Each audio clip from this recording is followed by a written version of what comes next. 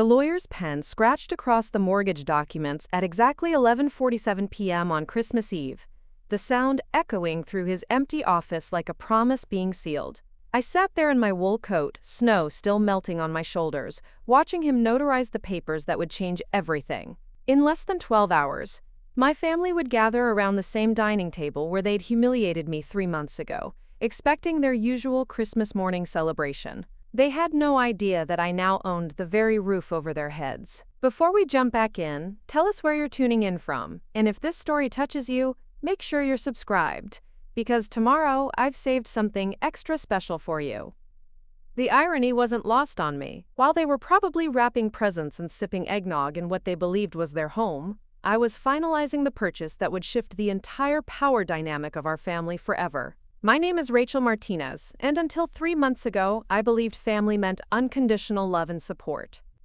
I was 34, a successful marketing director at a tech startup in Portland, Oregon, and I thought I had built something solid with my life. I lived in a modest downtown apartment, drove a reliable Honda Civic, and had managed to save a decent amount of money through years of careful budgeting and smart investments. But more than anything, I cherished my relationship with my family, especially during the holidays.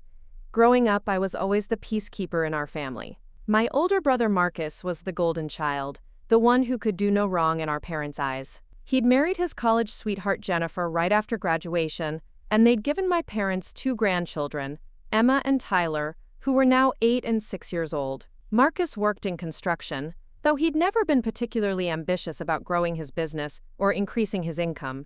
He was content with just getting by, and Jennifer had never worked outside the home, preferring to focus on the kids and what she called managing the household.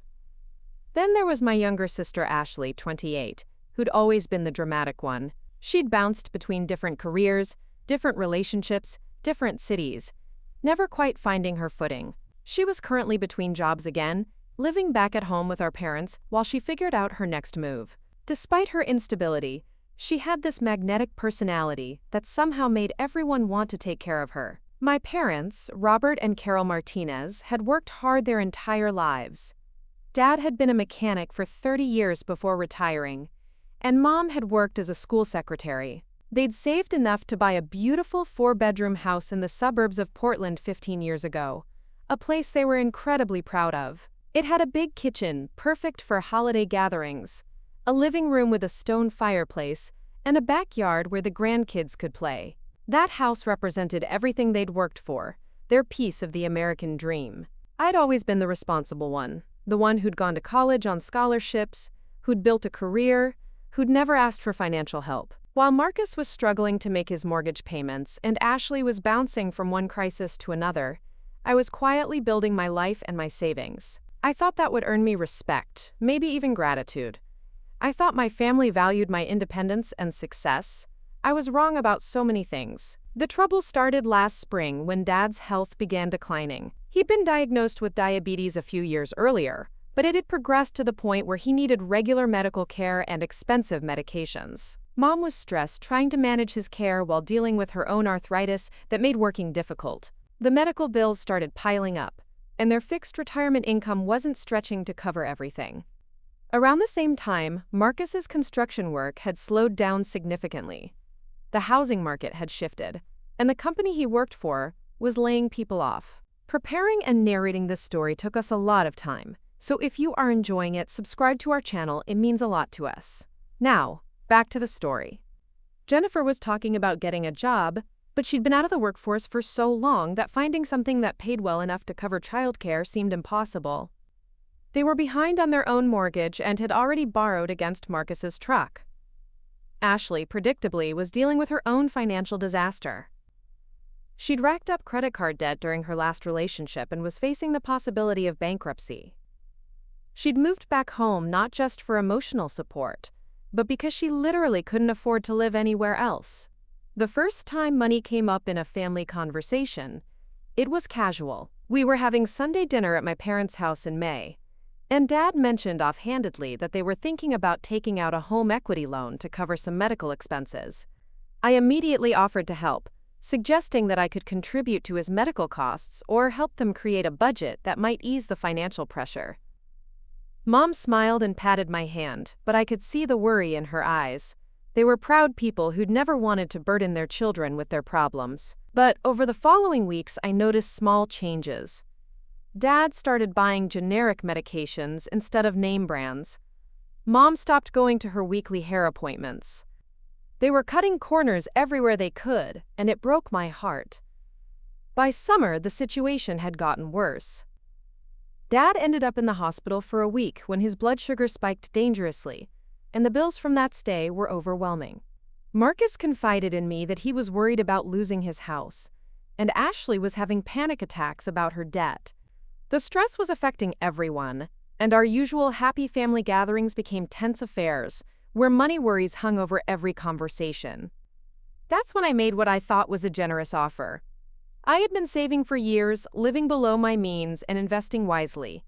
I had enough money to help everyone. I offered to pay off Ashley's credit cards, help Marcus catch up on his mortgage payments, and cover Dad's medical expenses going forward. I thought I was being the loving daughter and sister, stepping up when my family needed me most. The response was not what I expected. Instead of gratitude, I sensed something that felt almost like resentment. Marcus made comments about how easy it must be for me, living alone without a family to support. Ashley seemed to think my offer came with strings attached, that I was trying to control everyone. Even my parents seemed uncomfortable with the idea of taking money from their daughter, as if it somehow diminished their role as the family providers. I was hurt, but I tried to understand their perspective. Pride is a powerful thing, and I didn't want to make anyone feel small or dependent. So I backed off, assuring them that my offer would always stand if they changed their minds, but that I wouldn't push it. The summer passed with an undercurrent of financial stress affecting every family gathering. Birthday dinners were smaller and less elaborate. Our annual camping trip was canceled. Dad's condition stabilized, but the medical bills continued mounting. Marcus managed to find some part-time work that helped him avoid foreclosure, but just barely. Ashley started working at a retail store, making minimum wage, and slowly chipping away at her debt. I continued with my life, focusing on my career and trying to be supportive without being pushy about money. My company was doing well, and I'd received a significant promotion and raise. I was finally in a position where I could truly help my family without any financial strain on myself. But the tension around the topic made it impossible to bring up. By fall, I noticed that family conversations had started happening without me. Marcus and Ashley would share looks when they thought I wasn't watching. My parents seemed to weigh their words more carefully around me. I felt like I was being excluded from something, but I couldn't figure out what. The breaking point came in early September, during what should have been a celebration of Emma's 9th birthday. We were all gathered at my parents' house for cake and presents. Emma had been wanting a bicycle for months, and I'd bought her a beautiful purple bike with all the accessories. I was excited to see her reaction, imagining how thrilled she'd be. But when Emma opened my gift, the reaction around the table was strange. Marcus and Jennifer exchanged a look, and Jennifer actually seemed irritated. Ashley made some comment under her breath about showing off, and even my parents seemed uncomfortable. Emma loved the bike, but the adults in the room were clearly bothered by something. Later, as I was helping clean up, I overheard Marcus talking to Jennifer in the kitchen. He was saying something about how I always had to one-up everyone with expensive gifts, how it made him look bad as a father because he couldn't afford to buy things like that for his own daughter. Jennifer agreed, adding that it felt like I was trying to buy Emma's affection. I was stunned. I had bought the gift because I loved my niece and wanted to make her happy. The idea that it was somehow competitive or manipulative had never occurred to me. But listening to them talk, I realized this wasn't a new concern. They'd been discussing my behavior, my money, my attitude for who knows how long. That night, I went home feeling more alone than I had in years. I started paying closer attention to the dynamics when we were all together, and I began to see what I'd been missing. There were inside jokes I wasn't part of. Conversations that stopped when I entered the room. Plans that were made without including me. The most painful realization was that my financial stability, which I'd worked so hard to achieve, had somehow become a source of division rather than something to celebrate. My family wasn't proud of my success. They were threatened by it.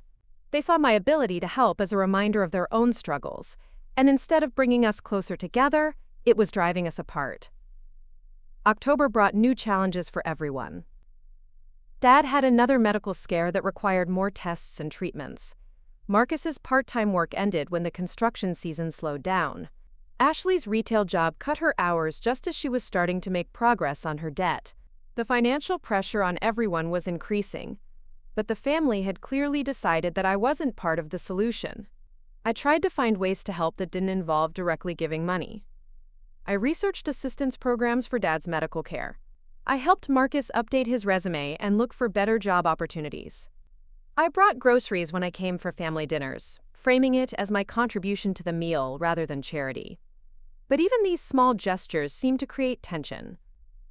The situation reached a crescendo in November. Thanksgiving was approaching, and traditionally, we all gathered at my parents' house for a big dinner.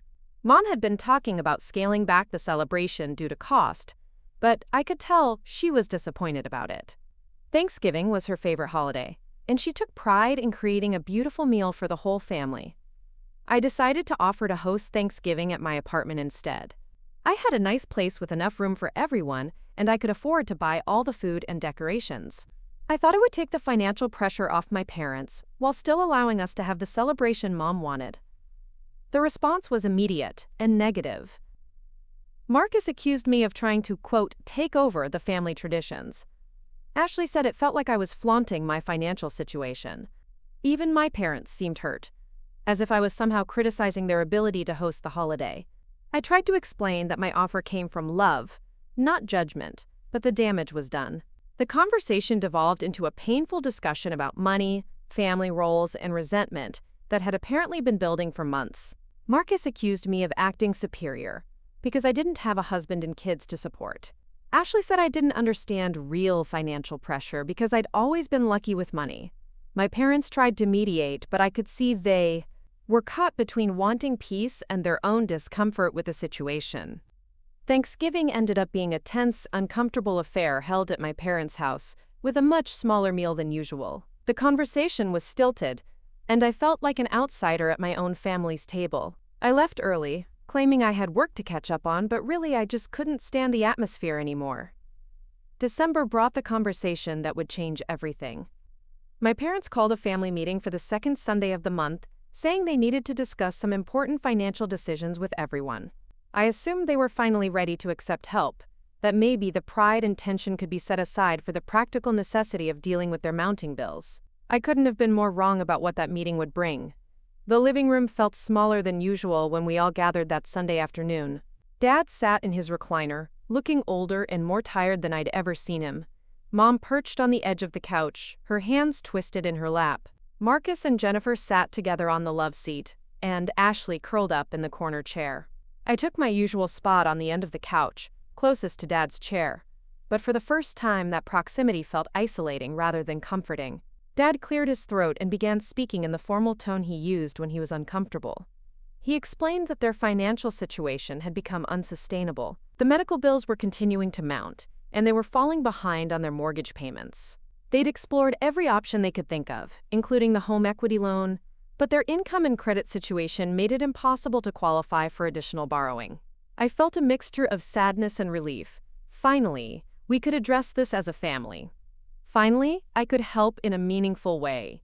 But then Dad continued talking, and I realized the meeting wasn't about asking for help. It was about telling me that they'd already found a solution, one that didn't involve me at all.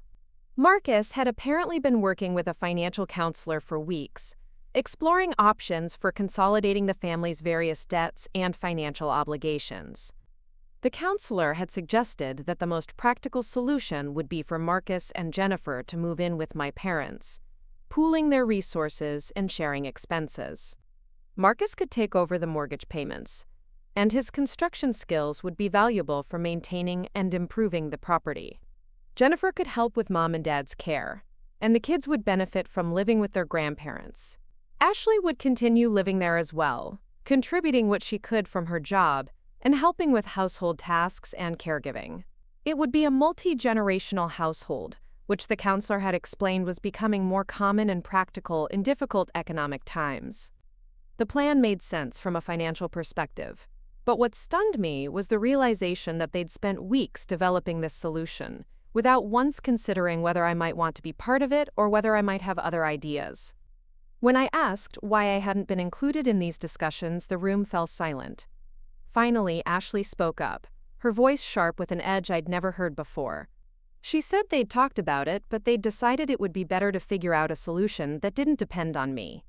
She said they were tired of feeling like they owed me something, tired of being the charity cases in the family. She said they wanted to solve their problems themselves, as a real family should. Marcus nodded, adding that they needed to stop relying on me to swoop in and fix everything with my money. He said it wasn't healthy for any of them to be dependent on me, and that they needed to learn to take care of each other without my financial safety net. Jennifer, who rarely spoke up in family discussions, surprised me by adding her own perspective.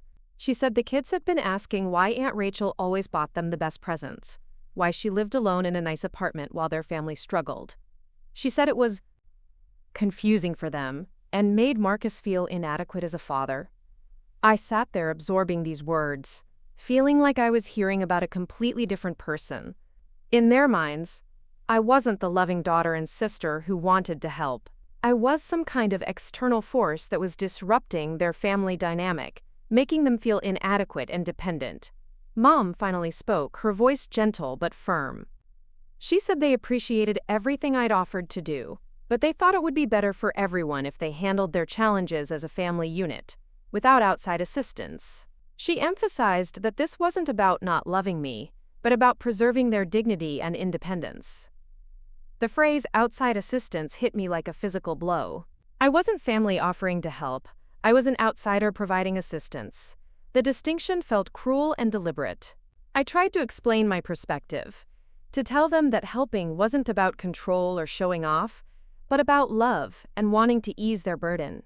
I tried to make them understand that my financial stability wasn't luck or something that came easily, but the result of years of hard work and careful choices. I tried to express how much it hurt to be excluded from their planning and decision-making, but every word I spoke seemed to reinforce their perception of me as someone who didn't understand their situation, someone who thought money could solve everything, someone who was somehow separate from their real family bonds. The meeting ended with their plan moving forward. Marcus and Jennifer would sell their house, using whatever equity remained to pay down their debts, and move in with my parents by the end of January. Ashley would continue living there indefinitely. They would share expenses, caregiving responsibilities, and the emotional support that comes from facing challenges together. I was welcome to visit, of course. I was still part of the family.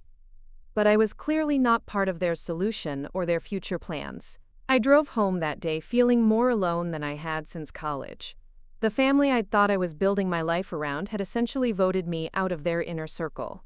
My success, my stability, my desire to help, had somehow transformed me from beloved family member into unwelcome outsider.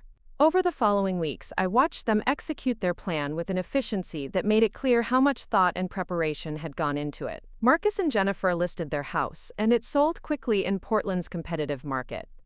They coordinated the logistics of combining two households, sorting through possessions, and deciding what would fit in the family home.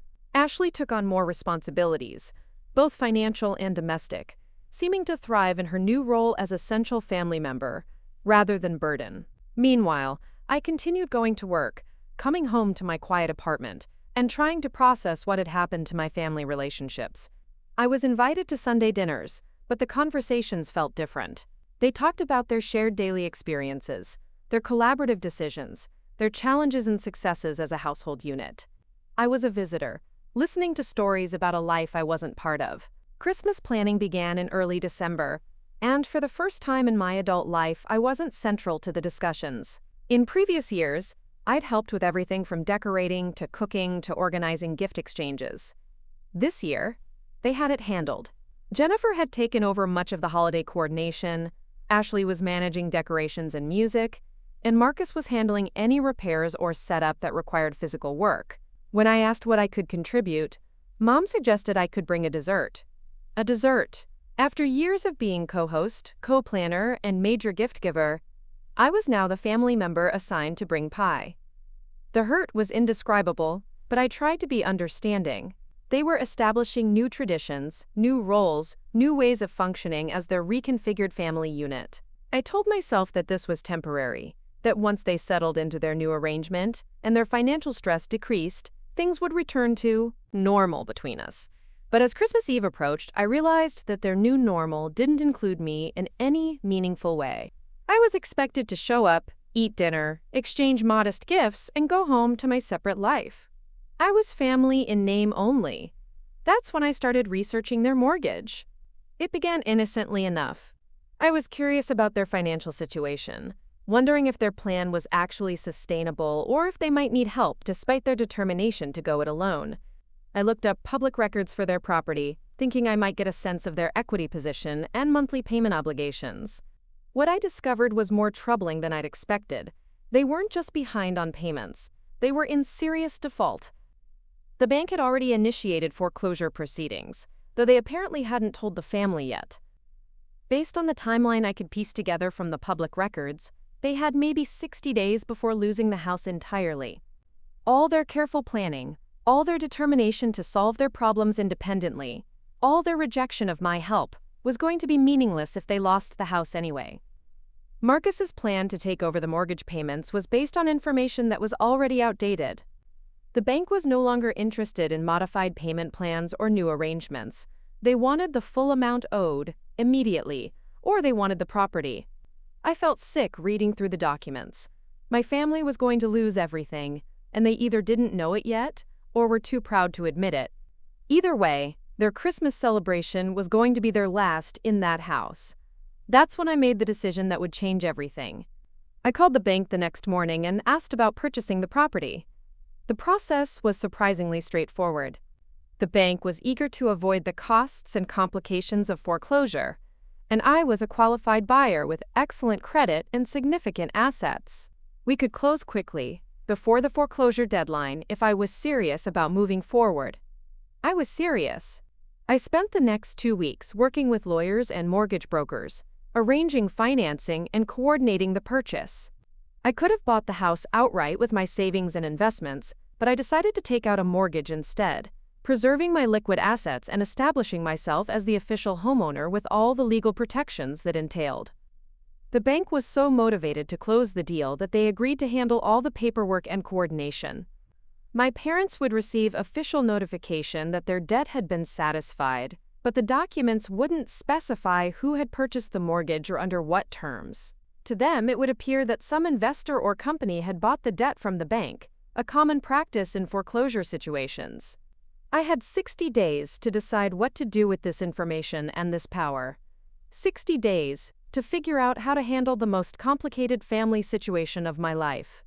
The plan I ultimately developed was risky, but it felt like the only way to address both the practical problem and the emotional issues that had been tearing our family apart. I would let Christmas proceed as they had planned it, with me in my assigned role as peripheral family member bringing dessert. I would watch them celebrate in the house they believed they were saving through their collective efforts and mutual support. And then, when the moment felt right, I would tell them the truth. I would tell them that their beloved house, the symbol of everything they'd worked for, and the foundation of their new family arrangement, now belonged to me. I would tell them that while they'd been excluding me from their plans and rejecting my help, I'd been quietly ensuring that they'd have a home to execute those plans in. I would tell them that their determination to solve their problems without outside assistance had been the morning of December 23rd changed everything. I was sitting in my office, reviewing quarterly reports and trying to focus on work despite the knot of anxiety in my stomach about tomorrow's Christmas Eve gathering. My phone buzzed with a text from Ashley that made my blood run cold. "Emergency family meeting tonight. Something happened with the house. Don't come unless you can be supportive for once." The casual cruelty of that last line stung, but it was the first part that terrified me. Something had happened with the house. Had they discovered the foreclosure proceedings? Had the bank contacted them despite my purchase? Had someone figured out what I'd done? I called Ashley immediately, but she didn't answer. I tried Marcus, then my parents. Nothing. Finally, Jennifer picked up, but her voice was strained and distant. "Rachel, We really need tonight to be just the immediate family. We're dealing with some complicated legal stuff, and we need to figure it out together before involving anyone else. Anyone else.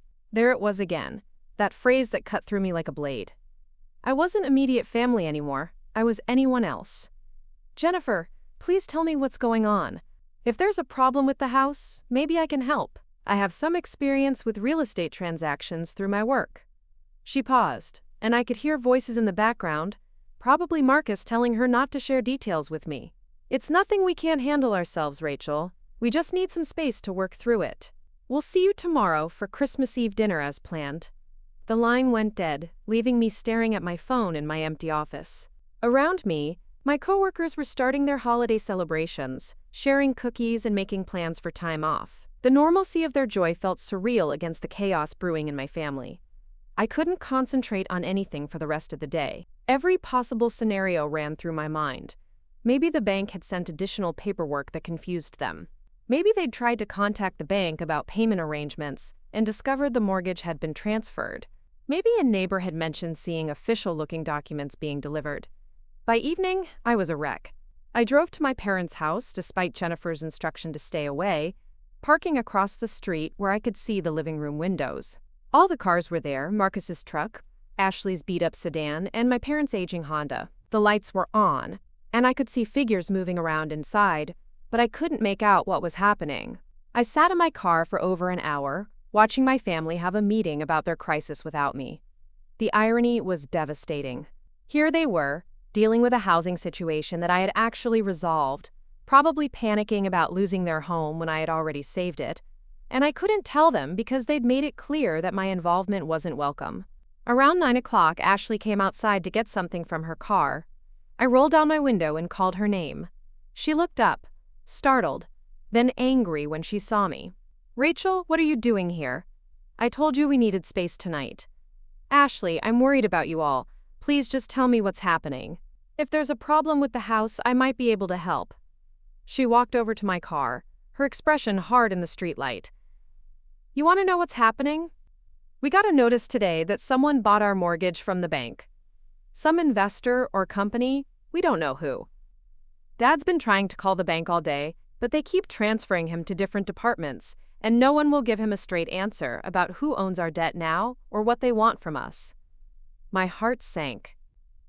This wasn't how I'd wanted them to find out. The bank was supposed to handle the transition smoothly, making it appear like a routine business transaction until I was ready to reveal the truth. The worst part, Ashley continued, is that we don't know what this new owner wants. They could demand full payment immediately. They could start foreclosure proceedings. They could jack up our interest rate or change our payment terms. We thought Marcus taking over the payments would solve everything, but now we don't even know who to pay or what we owe. She leaned against my car, and for a moment her anger gave way to exhaustion. Dad's been beating himself up all day, thinking he should have handled this better. Mom's trying to stay positive, but I can see how scared she is. Marcus is furious because all his planning was for nothing, and Jennifer's worried about what this means for the kids' stability. I wanted to tell her right then. I wanted to explain that there was no mysterious investor, no threat to their home, no reason for panic. But I couldn't find the words. How do you explain that you've secretly bought your family's house? How do you reveal that level of intervention when they've made it clear they see your help as unwelcome interference? Ashley, I'm sure it will work out. These kinds of mortgage transfers happen all the time. The new owner probably just wants to collect payments like any other mortgage company. She looked at me with something close to disgust. That's so typical of you, Rachel. Everything always works out for you, so you assume it works out for everyone. You have no idea what it's like to face losing your home, to have your security completely out of your control. The accusation was so unfair it took my breath away.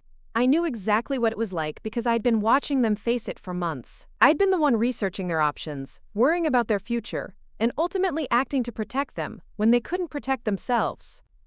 I know you're scared, I said carefully, but maybe this change won't be as bad as you think. Maybe the new owner will be more flexible than the bank was. Ashley straightened up, her expression hardening again.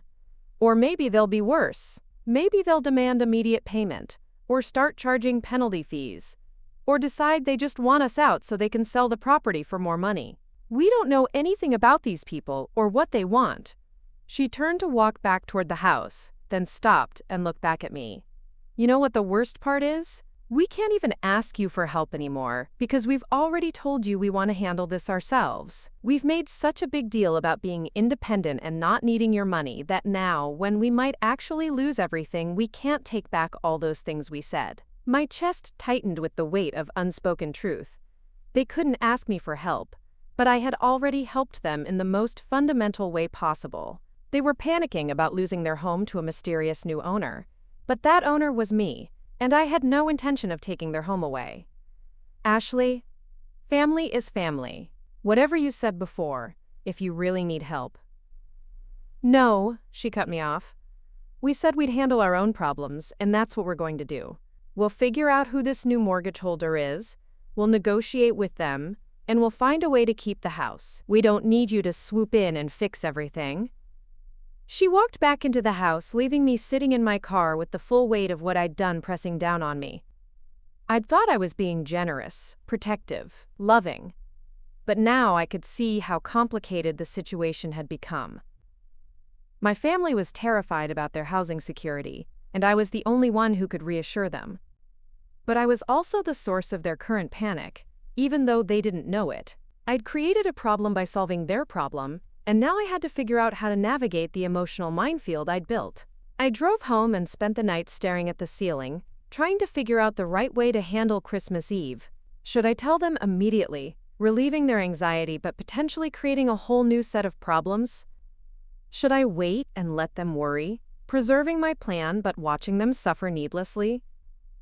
Should I find some way to communicate through the bank or lawyers, maintaining my anonymity while reassuring them about their security?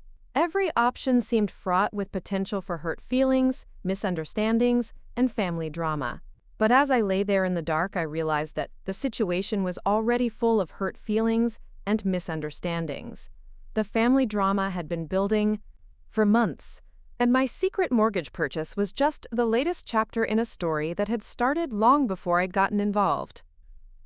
The next morning, Christmas Eve day, I woke up with a strange sense of clarity. Tonight was going to be the night everything came out. Whether I planned it or not, whether I was ready or not, the truth about the mortgage was going to surface. My family was too worried, too confused, and too desperate for answers to let this mystery drag on much longer. I spent the morning baking the apple pie I'd been assigned to bring, trying to focus on the familiar motions of peeling fruit and rolling dough. But my mind kept racing ahead to the evening, imagining different scenarios for how the conversation might unfold. I could picture Dad, frustrated and exhausted from dealing with unresponsive bank representatives, finally exploding about the unfairness of having their security threatened right before Christmas. I could see Mom, trying to keep everyone calm while secretly terrified about losing the home she'd worked so hard to create. I could imagine Marcus, angry at himself for not being able to protect his family, lashing out at anyone who suggested there might be a solution he hadn't thought of. And I could see myself, sitting there with my slice of pie, knowing that I held all the answers they were desperately seeking, but unable to share them because of the walls we'd built between us over the past few months. By afternoon, I'd made my decision. I wasn't going to wait for the perfect moment or the right opening in the conversation. As soon as it seemed appropriate, I was going to tell them everything. I was going to explain about the foreclosure, about my purchase of the mortgage, about my plans for their future security. I was going to deal with whatever reaction that revelation brought, whether it was gratitude, anger, or something more complicated. I arrived at my parents' house at 5 o'clock, pie in hand, wearing the red sweater Mom had given me last Christmas. The scene was painfully familiar. The same decorations we'd used for years, the same Christmas music playing softly in the background, the same smells of ham and roasted vegetables coming from the kitchen. But underneath the holiday normalcy, I could feel the tension radiating from everyone in the house.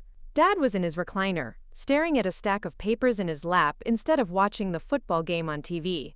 Mom was bustling around the kitchen with unusual intensity, her movements sharp and distracted. Marcus was helping set the table, but his jaw was clenched in a way that suggested barely controlled frustration. Jennifer was trying to keep Emma and Tyler entertained, but even the kids seemed to sense that something was wrong. Ashley was curled up in the corner chair, scrolling through her phone with a frown. "Hi, everyone," I said, trying to inject some cheerfulness into my voice. "Merry Christmas Eve." The responses were subdued and distracted. Emma ran over to hug me, which provided a moment of genuine warmth, but even she seemed less excited than usual. "Aunt Rachel, why does everyone look sad? It's Christmas Eve." I knelt down to her level, smoothing her hair back from her face. "Sometimes grown-ups have things to worry about, sweetheart, but that doesn't mean we can't still have a nice Christmas together." Marcus cleared his throat from across the room. "Rachel, we might need to talk about some family business tonight. I hope you're prepared to listen without trying to fix everything." The warning in his voice was clear, but it also told me that my instinct had been right. They were going to bring up the mortgage situation whether I initiated the conversation or not. "Of course," I said. "I'm here for whatever you need to discuss." We went through the motions of Christmas Eve dinner, but it was the most strained family meal I could remember. The kids chattered about school and friends, providing the only genuine lightness in the room. The adults made polite conversation about work and weather, carefully avoiding the elephant in the room that was obviously consuming everyone's thoughts. I found myself studying each family member, trying to memorize their faces before everything changed, because I knew that after tonight, our relationships would be fundamentally different. Whether that change would be positive or negative remained to be seen, but there was no going back to the way things had been. After dinner, we moved to the living room for our traditional gift exchange. This year's presents were noticeably more modest than in previous years, reflecting everyone's financial constraints. I'd been careful to choose gifts that were thoughtful but not extravagant, not wanting to create more tension with expensive purchases. But as we exchanged presents and made the usual appreciative comments, I could see that everyone's attention was elsewhere. Dad kept glancing at his stack of papers. Mom's smile didn't reach her eyes. Marcus and Ashley exchanged meaningful looks that excluded everyone else from their silent communication. Finally, after the kids had been sent to play with their new toys in the other room, Dad cleared his throat and looked around at all of us. "I guess we need to talk about what's been happening with the house." My heart started pounding, but I tried to keep my expression neutral and supportive. "We got some news yesterday that's got us all pretty worried," he continued. "It turns out someone bought our mortgage from the bank without telling us. We don't know who they are or what they want, and the bank won't give us any information about how to contact them." Mom reached over and took his hand, her knuckles white with tension. "We're scared, Rachel," she said simply. "We don't know if this new owner is going to demand immediate payment or change our terms, or just decide they want us out. Everything we've planned, everything Marcus and Jennifer have arranged, it might all be meaningless now." I looked around the room at their worried faces, these people I loved more than anything in the world, and I realized that the moment had arrived. There was no more waiting for the right time or the perfect words. They needed answers, and I was the only one who could provide them. "There's something I need to tell you all," I said, my voice steadier than I'd expected. "Something about the mortgage situation that you don't know." The room went completely quiet. Even the Christmas music seemed to fade into the background as everyone turned to look at me. "I know who bought your mortgage," I continued, my heart hammering against my ribs. "I know because it was me." The silence that followed was deafening. I could see the words registering on their faces. Confusion giving way to shock. Shock giving way to a whole range of emotions I couldn't quite read. Marcus was the first to speak. His voice barely above a whisper. "What did you just say?" I took a deep breath and looked directly at him, then at each member of my family in turn. "I said I bought your mortgage. 3 weeks ago, when I found out the bank had started foreclosure proceedings, I purchased the debt to prevent you from losing the house." The explosion of reactions was immediate and overwhelming. Marcus jumped to his feet, his face flushed with anger. Ashley's mouth fell open in shock. Mom gasped and put her hand to her chest. Dad just stared at me, like I was speaking a foreign language. "You did what?" Marcus shouted, his voice carrying into the other room where the kids were playing. "You bought our house? Without telling us? Without asking us?" Jennifer appeared in the doorway, drawn by the commotion, her face concerned and confused. "What's going on? What's all the yelling about?" Ashley found her voice. though it was shaking with emotion. Rachel bought our mortgage. She's been letting us panic and worry and stress about losing our home, and the whole time she was the mysterious new owner we've been terrified of. The accusation hit me like a physical blow, though I realized it was completely accurate. I had been letting them suffer needlessly, watching them worry about a threat that didn't exist. I was trying to figure out the right way to tell you, I said, standing up to face their anger. I knew you didn't want my help, but I couldn't just stand by and watch you lose the house, so I found a way to help without making it obvious. Marcus laughed, but there was no humor in it. Without making it obvious? Rachel, you bought our house. You literally own the roof over our heads now. How is that not obvious? Dad finally spoke, his voice quiet but filled with hurt. Honey, why didn't you just tell us what you were planning? Why all this secrecy? The pain in his voice broke something inside me, and suddenly I was crying. Months of frustration and hurt and love pouring out all at once. Because you made it clear you didn't want my help. Because every time I offered to do anything, you acted like I was trying to control you or show off or make you feel bad. Because you literally told me I was outside assistance and that you wanted to handle your problems as a real family. My voice was getting louder, and I could hear the kids in the other room going quiet, probably straining to hear what the adults were fighting about. I was trying to respect your wishes while still protecting you. I thought if I could solve the problem quietly, you'd never have to know I was involved. You could keep your independence and your pride, and you'd also keep your house.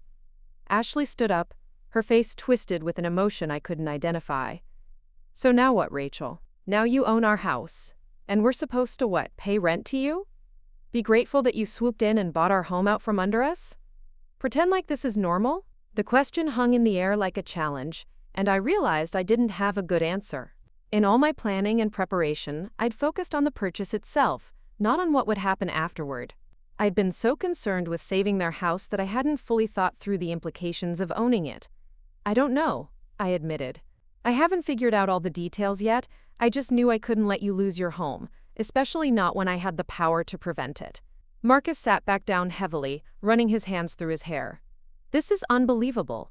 Unfucking believable. We spent weeks planning our whole lives around taking over this mortgage, combining our households, pooling our resources. And the whole time, our sister was quietly buying the house we thought we were saving. Jennifer moved closer to Marcus, her face pale with the implications of what she was hearing. What does this mean for us? For our plans?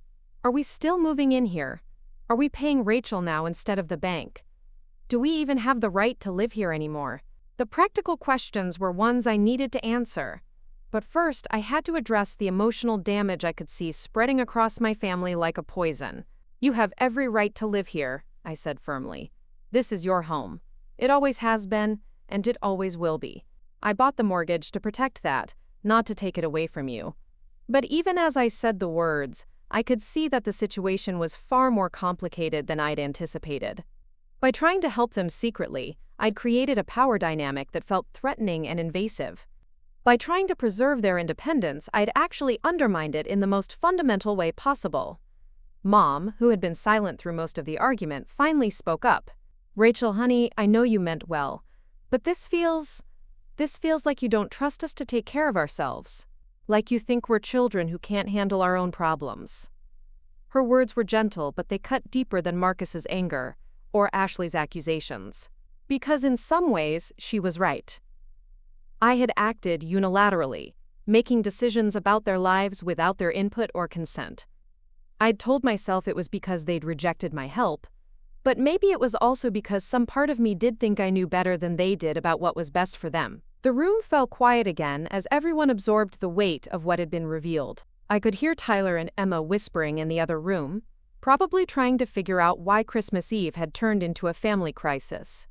Finally, Dad spoke again, his voice heavy with exhaustion.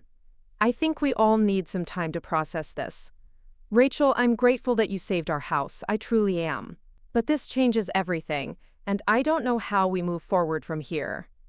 He looked around at his family, his expression sad and confused. This was supposed to be a happy Christmas Eve.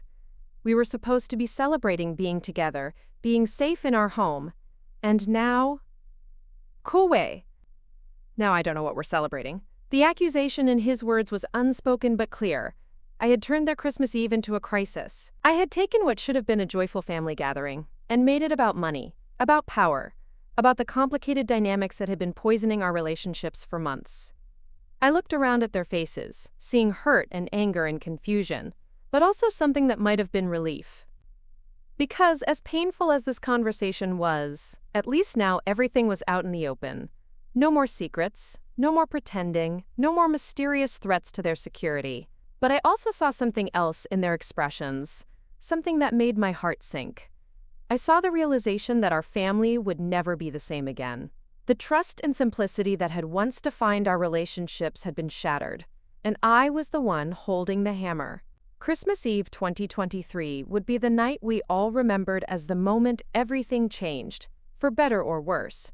The night when love and money and pride and family loyalty all collided in a way that none of us had seen coming. And I was the one who had set it all in motion. The silence in the living room stretched on for what felt like hours but was probably only minutes. I could hear the grandfather clock in the hallway ticking, marking the seconds as my family processed what I'd just revealed.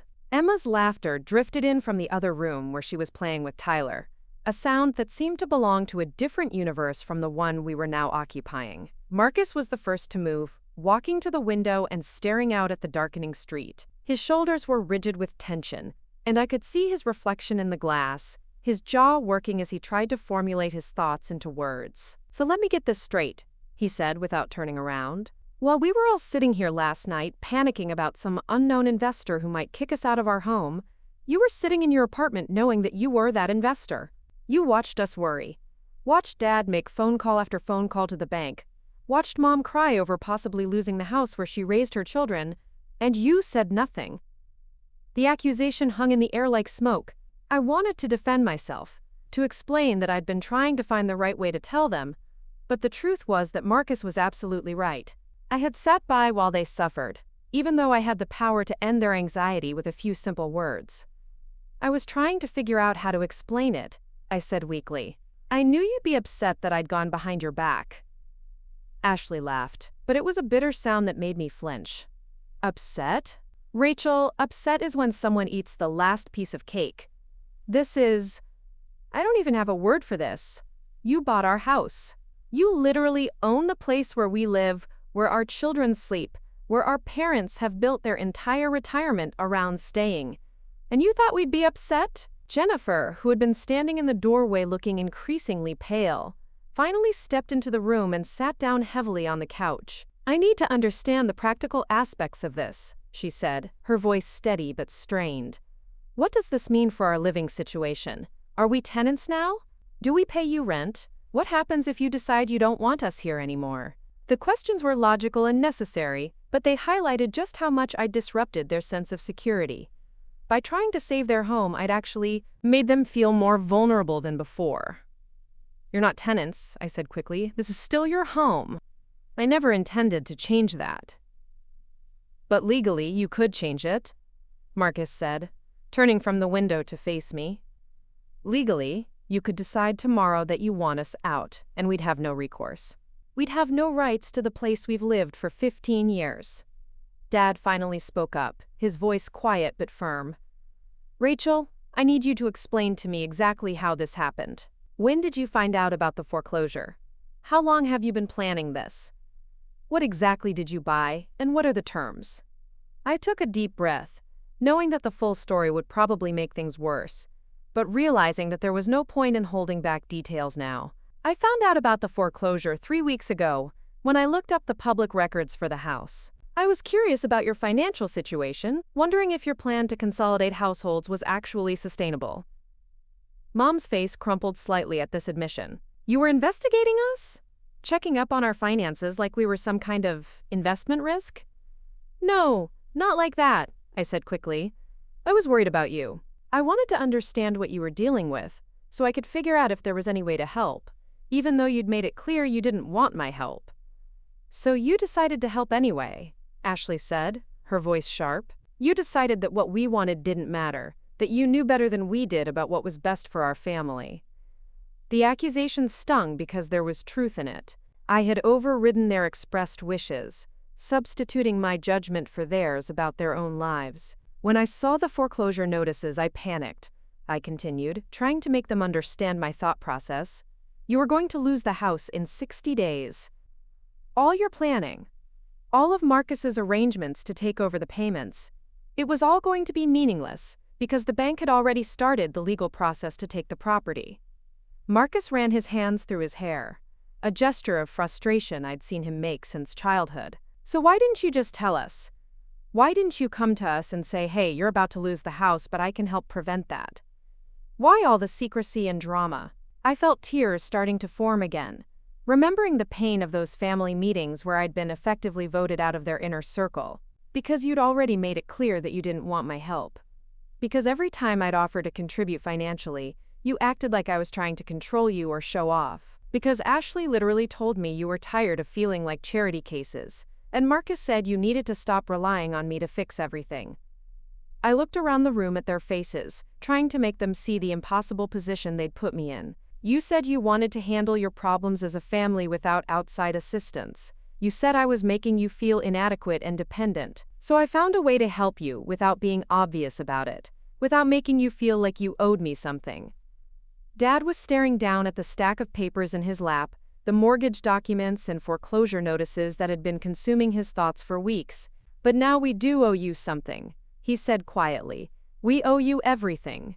Our home, our security, our ability to stay together as a family. How is that better than accepting a gift or a loan? The question hit me like a physical blow because I realized he was absolutely right. By trying to avoid making them feel indebted to me, I'd actually created a situation where they were completely dependent on me, in the most fundamental way possible. I thought if I could handle it quietly, you'd never have to know I was involved. The bank was supposed to make it look like a routine business transaction. You would have kept making your payments to the new mortgage company, Marcus would have taken over the payments as planned, and everything would have continued normally. Jennifer leaned forward, her expression intense.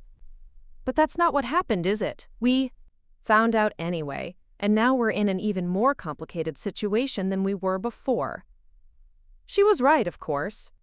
My careful planning had fallen apart, and instead of solving their problems quietly, I'd created new problems that were even more emotionally charged than the original ones. I need to know exactly what you purchased and under what terms, Dad said, reaching for his reading glasses. I need to understand our legal situation. I pulled out my phone and opened the documents my lawyer had sent me. I purchased the existing mortgage debt from the bank for the full amount owed, including late fees and penalties. The original terms remain the same: 30-year fixed-rate mortgage at 4.2% interest, with monthly payments of $1,847. The remaining balance is $178,000. The numbers hung in the air as everyone processed what they meant. So we still owe $178,000, Marcus said slowly.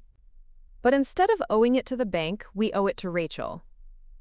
You don't owe it to me, I said quickly. I mean, technically yes, but I never intended for you to pay me back. I was thinking of it more like I was buying the house and letting you live in it. The words sounded wrong as soon as I said them, and I could see from everyone's faces that they sounded wrong to them too. So we'd be living in your house, Ashley said, her voice flat, as your tenants, or your charity cases, or your… What would you call us, Rachel? I didn't have a good answer because I hadn't fully thought through the long-term implications of what I'd done. I'd been so focused on preventing the immediate crisis that I hadn't considered how to handle the aftermath. I call you my family, I said finally. This was never about changing our relationships or making you dependent on me. It was about making sure you didn't lose your home. Mom, who had been uncharacteristically quiet, finally spoke up. But it has changed our relationships, honey. How can it not? Every conversation we have from now on will be colored by the fact that you own our home. Every disagreement, every family decision, every time we have different opinions about something, there will be this underlying power imbalance that never existed before. Her words were gentle but devastating because they articulated something I'd been trying not to acknowledge. By trying to help secretly, it actually corrupted our family dynamics in a way that might be impossible to repair. Tyler wandered into the room, drawn by the serious adult voices, and climbed onto Jennifer's lap. "Mommy, why does everyone look sad? Are we not having Christmas anymore?" The innocent question from my 6-year-old nephew broke something inside me. Here was a child who just wanted to enjoy Christmas Eve with his family, and instead he was witnessing a crisis that I had created. Jennifer smoothed his hair and tried to smile. "We're just talking about some grown-up stuff, sweetie. Why don't you go play with Emma for a little while longer?" "Is Aunt Rachel in trouble?" he asked, looking directly at me with the clear-eyed curiosity of childhood. The question was more perceptive than he probably realized. Was I in trouble? I certainly felt like I was. Sitting in my parents' living room on Christmas Eve, watching the people I loved most struggle to understand what I'd done and why I'd done it. "No, honey," I said, managing a smile for him.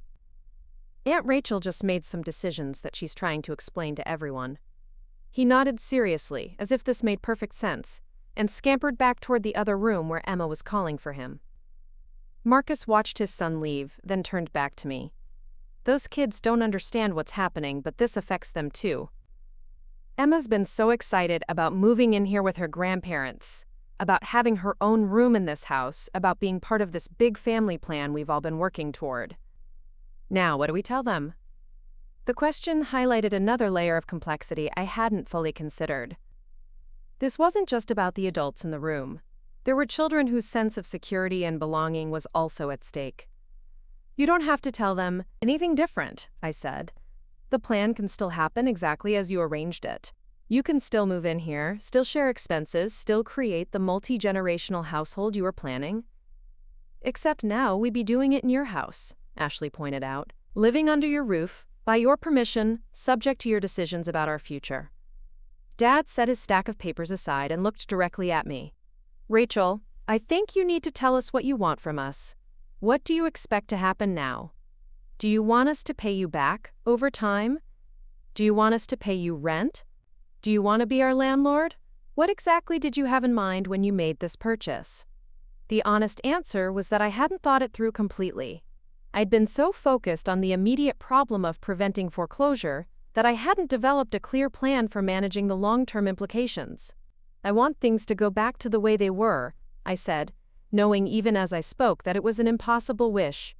"I want you to be happy and secure in your home, and I want our family to be close again." "But things can't go back to the way they were," Mom said sadly. "We can't unknow what we know now. We can't pretend that our daughter doesn't own our house, that our financial security doesn't depend entirely on her continued goodwill."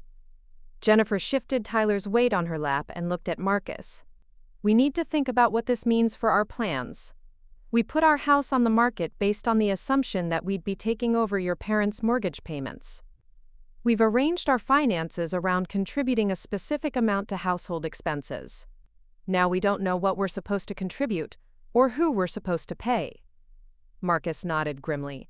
"Our buyers are scheduled to close on our house next week. We've already given notice at Tyler's school and arranged to transfer Emma to the district here. We've packed up our entire life based on a plan that no longer makes sense."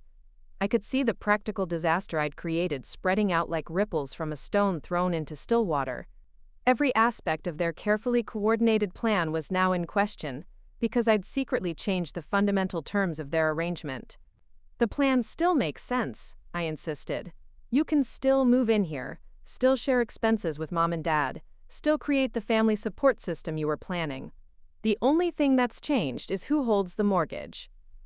"That's not the only thing that's changed," Ashley said, standing up and beginning to pace around the room. "What's changed is the power dynamic. What's changed is that our big sister now has ultimate control over our living situation. What's changed is that we've gone from being independent adults, managing our own financial crisis, to being dependents living in a house owned by someone else." She stopped pacing and turned to face me directly. "Do you understand how that feels, Rachel?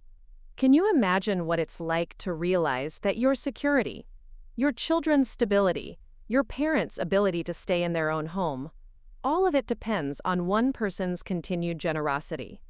I wanted to tell her that she was wrong, that it wasn't about generosity or dependence, that it was about family taking care of family. But I was beginning to understand that my intentions didn't matter as much as the impact of my actions. I never wanted you to feel dependent, I said. I wanted you to feel secure. But those aren't the same thing, Dad said quietly. Security that depends on someone else's goodwill isn't really security at all. It's just a different kind of vulnerability. The conversation continued for another hour, going in circles as we tried to untangle the practical and emotional implications of what I'd done. Everyone had questions, concerns, fears about what this meant for their futures. But the more we talked, the clearer it became that there were no easy answers. I had acted out of love, trying to protect my family from a crisis they didn't even know was coming. But in doing so, I'd created a new crisis that was in some ways worse than the original one. Instead of facing the possibility of losing their home to an impersonal bank, they were now facing the reality of being dependent on a family member who had demonstrated that she was willing to make major decisions about their lives without consulting them. As the evening wore on, I could see the exhaustion in everyone's faces. Christmas Eve had become a marathon family meeting about mortgage payments, legal obligations, and damaged trust. The joy and celebration we'd all been looking forward to had been completely overshadowed by the revelation of my secret purchase. Finally, Mom stood up and announced that it was time to put the children to bed. Emma and Tyler had been remarkably patient, playing quietly in the other room while the adults dealt with their crisis. But even they were starting to get cranky and overstimulated. "We'll continue this conversation tomorrow," Dad said, though his tone suggested he wasn't looking forward to it. "Right now, we all need some time to process what we've learned." As Jennifer gathered up the kids and Marcus helped clear away the abandoned Christmas Eve dinner dishes, I found myself standing alone in the living room, surrounded by the remnants of what was supposed to have been a happy family celebration. The Christmas tree lights twinkled cheerfully, completely oblivious to the fact that everything had changed. The presents we'd exchanged earlier sat forgotten under the tree, overshadowed by the much larger and more complicated gift I'd given without permission: their continued ownership of the family home. I had thought I was being generous, protective, loving, but looking around at the strained faces of my family members, I realized that I might have been the most selfish person in the room. I had prioritized my own need to help, my own desire to solve their problems, over their explicitly stated wishes for independence and autonomy. Now I had to figure out how to live with the consequences of my choices, and more importantly, how to help my family live with them too. Christmas morning arrived gray and cold, matching the mood that had settled over our family like a heavy blanket. I woke up in my childhood bedroom, having stayed the night at my parents' request, though I suspected it was less about Christmas tradition and more about their need to continue our difficult conversation without delay. The house felt different somehow, charged with an energy that made every familiar corner seem strange. I could hear movement downstairs, the quiet sounds of my family beginning their Christmas day, but there was none of the usual excitement and laughter that typically marked our holiday mornings.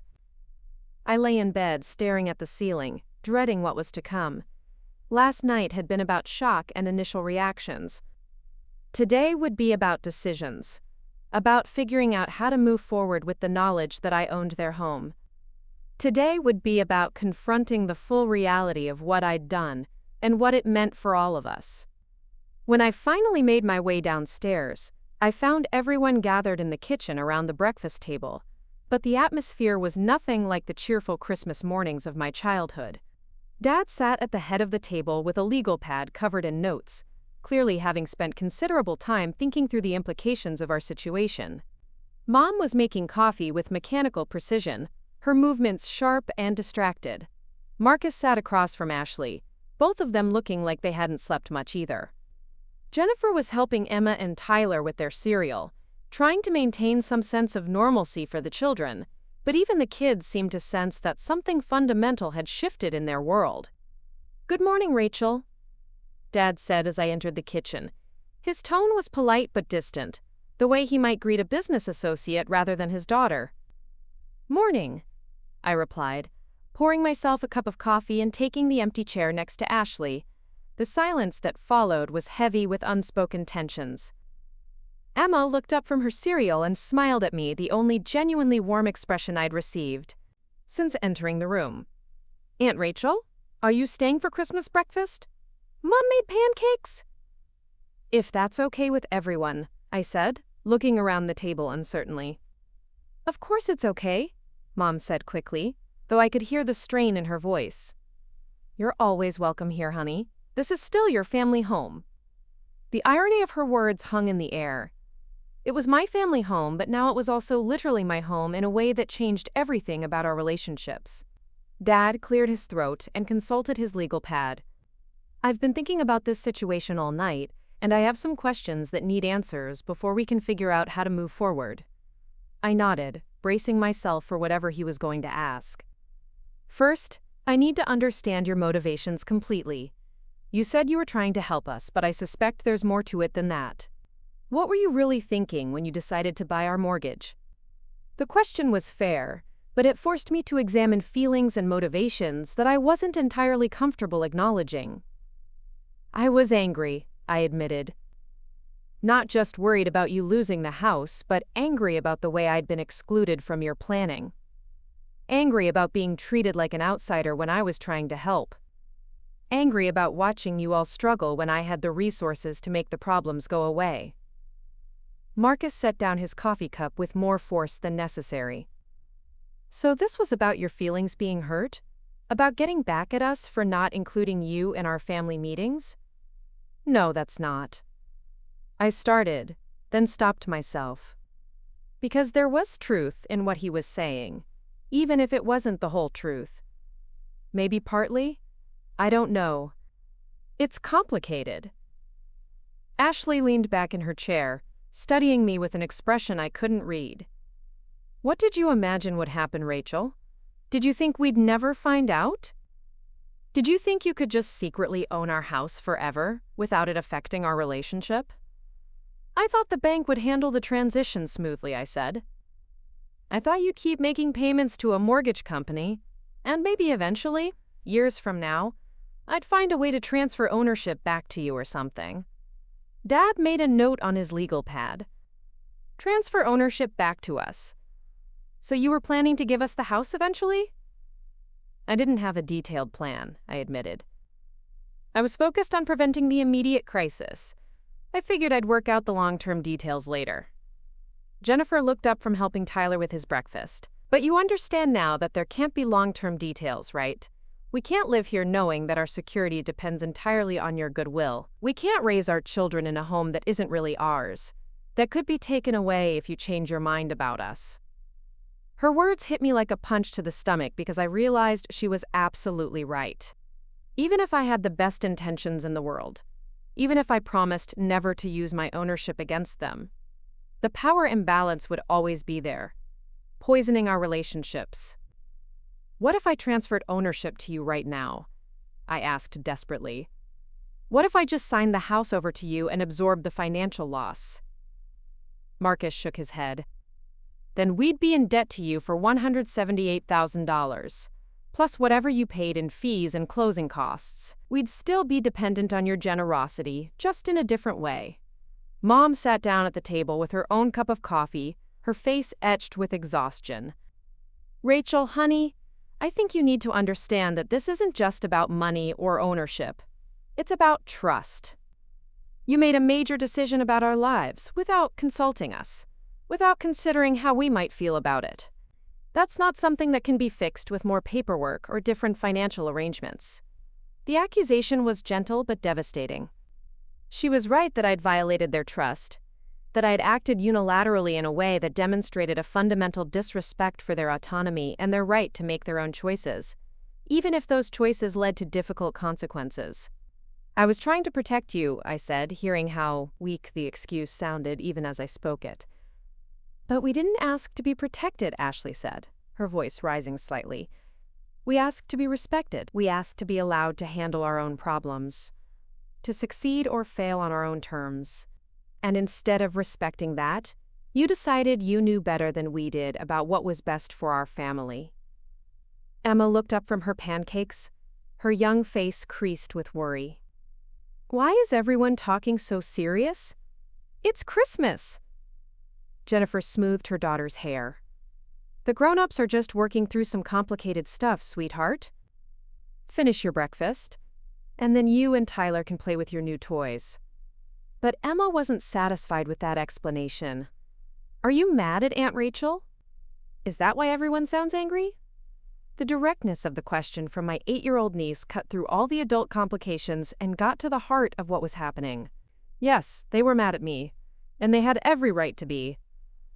We're not mad exactly, Dad said carefully. We're just trying to figure out some things together. But Emma was too perceptive to be fooled by diplomatic language. It sounds like you're mad. And Aunt Rachel looks like she's going to cry. She was right about that too. I was fighting back tears, overwhelmed by the realization of how badly I damaged my relationships with the people I loved most. Sometimes adults have disagreements even when they love each other, I told Emma, my voice unsteady. We're trying to work through it. Tyler, who had been quietly listening to the adult conversation, suddenly spoke up. If Aunt Rachel bought our house, does that mean she's our landlord now? Jake at school says his mom pays rent to their landlord. The innocent question from my 6-year-old nephew crystallized the problem in a way that all our adult analysis hadn't quite managed. Yes, I was essentially their landlord now. And that relationship was fundamentally incompatible with being their sister and daughter. Marcus answered his son's question with careful precision. It's more complicated than that, buddy. Aunt Rachel owns the house, but we're still family, so it's different from having a regular landlord. How is it different? Tyler asked with the relentless logic of childhood.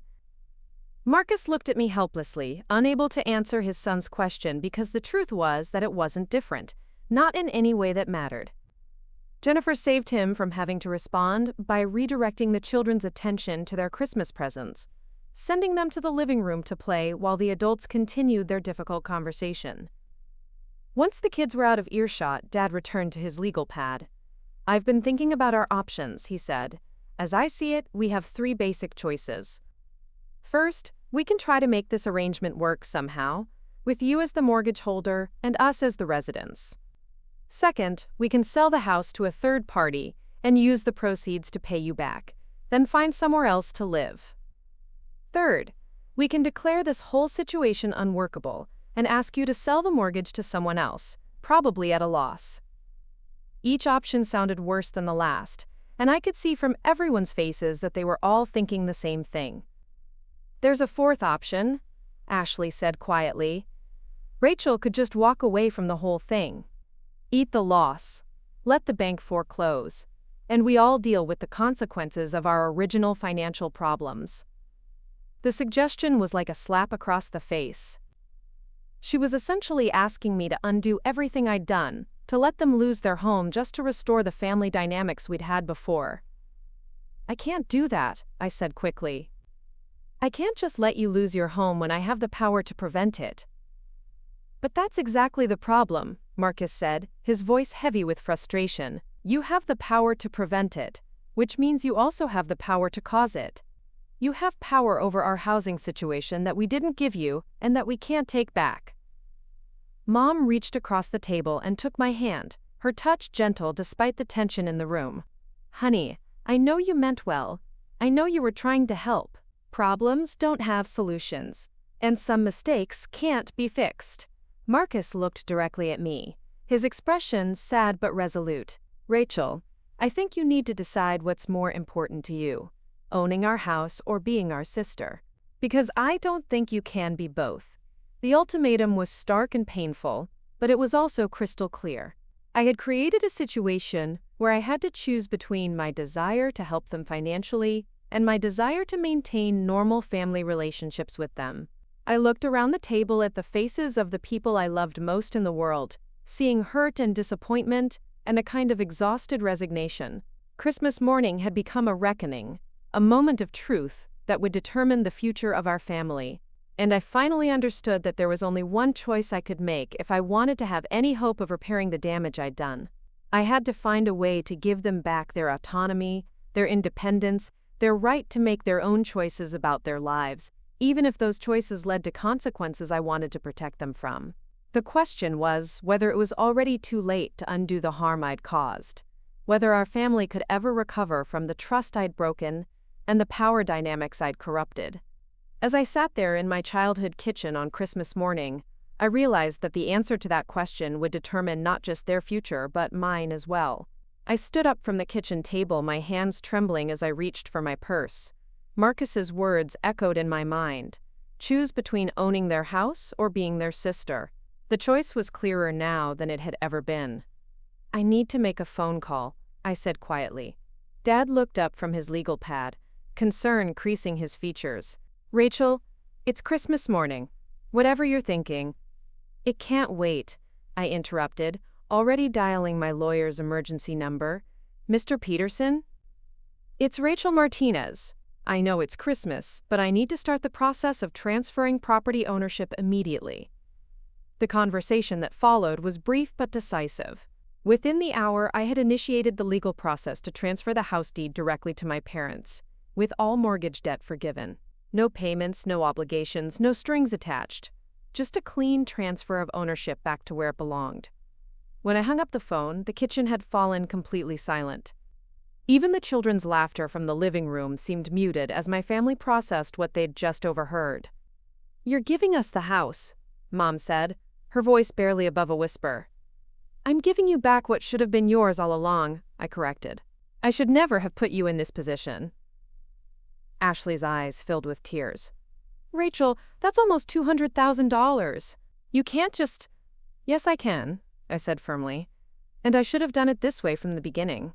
I should have told you about the foreclosure and offered to pay off the mortgage as a gift, not as some secret manipulation. Marcus ran his hands through his hair, a gesture I now recognized as his way of processing overwhelming emotions. This doesn't fix everything, he said quietly. The trust issues, the way this has changed our family dynamics. I know, I admitted, but it's a start. And maybe over time we can rebuild what I damaged. Dad stood up slowly, his expression unreadable. For a moment, I thought he might reject my offer, might tell me that my money wasn't welcome under any circumstances. Instead, he walked around the table and pulled me into a hug.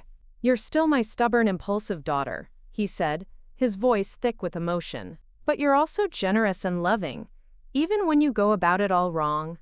That broke the dam of tension that had been building for months. Mom joined the embrace, then Ashley, then Marcus and Jennifer. Even Emma and Tyler, drawn by the emotional scene, wrapped their small arms around the group. Does this mean we're not fighting anymore? Emma asked, looking up at us with wide, hopeful eyes. We're working on it, sweetheart, I told her, ruffling her hair. Sometimes families have to work through difficult things together. The rest of Christmas Day was different than any we'd ever had. There was still awkwardness, still hurt feelings that wouldn't heal overnight. But there was also relief and hope, and the beginning of honest conversations about boundaries and respect and family support. Marcus and Jennifer decided to proceed with their move into the family home, but now as equal partners in a truly collaborative household, rather than desperate refugees seeking shelter. Ashley chose to find her own apartment, finally ready to establish her independence without the crushing weight of debt holding her back. As for me, I learned that love sometimes means stepping back rather than stepping in.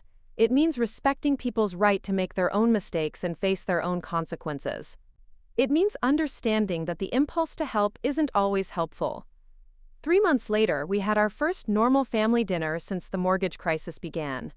We laughed, we argued about politics, Tyler spilled juice on Mom's tablecloth, and Emma showed off her latest school project. It felt like family again, not like a charity case and her benefactor. I won't pretend that everything went back to exactly the way it was before. Some things had changed permanently. I was more careful about offering help, and they were more direct about expressing their needs and boundaries. We all communicated more openly, having learned the hard way what happens when important conversations get avoided. But in some ways, our family became stronger because of what we went through. We learned that love isn't about having all the answers or solving all the problems. It's about showing up, being honest, and sometimes admitting when you've gotten it completely wrong. On New Year's Eve, as we gathered again in what was now truly my parents' home, Dad raised his glass of sparkling cider.